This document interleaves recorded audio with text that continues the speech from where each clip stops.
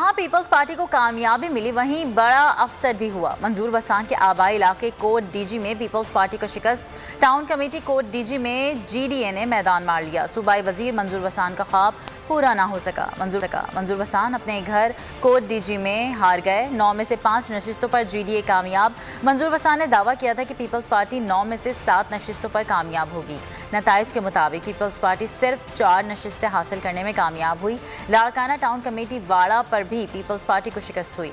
लाड़काना अवामी इत्तेहाद 14 में से 8 काउंसिल्स फतह दिलाने में कामयाब रहे, जबकि पीपल्स पार्टी 6 नशिस्तें ले सकी। लाड़काना टाउन कमेटी डोकरी पर भी पीपल्स पार्टी को शिकस्त हुई। 5 वार्ड में से 3 पर जीडीए और 1 वार्ड पर पीपल्स पार्टी कामयाब हुई।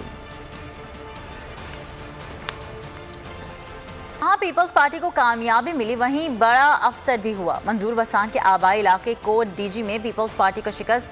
टाउन कमेटी कोट डीजी में जीडीए ने मैदान मार लिया। सब्सक्राइब करें और बेल दबाएं ताकि कोई खबर रह न जाए।